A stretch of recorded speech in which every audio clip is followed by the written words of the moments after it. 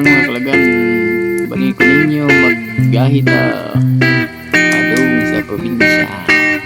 So magsuroy-suroy sa lapad niyo, no? Kay murag init na mo kayo panahon karon, so travel sa pabuk para relax nga unwind.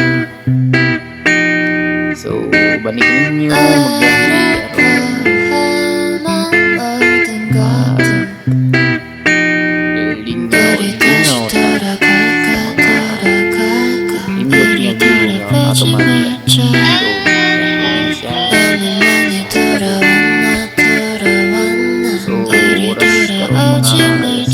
siguro yung binabuanan. Dahil na palapitan niya sa may Bourbon.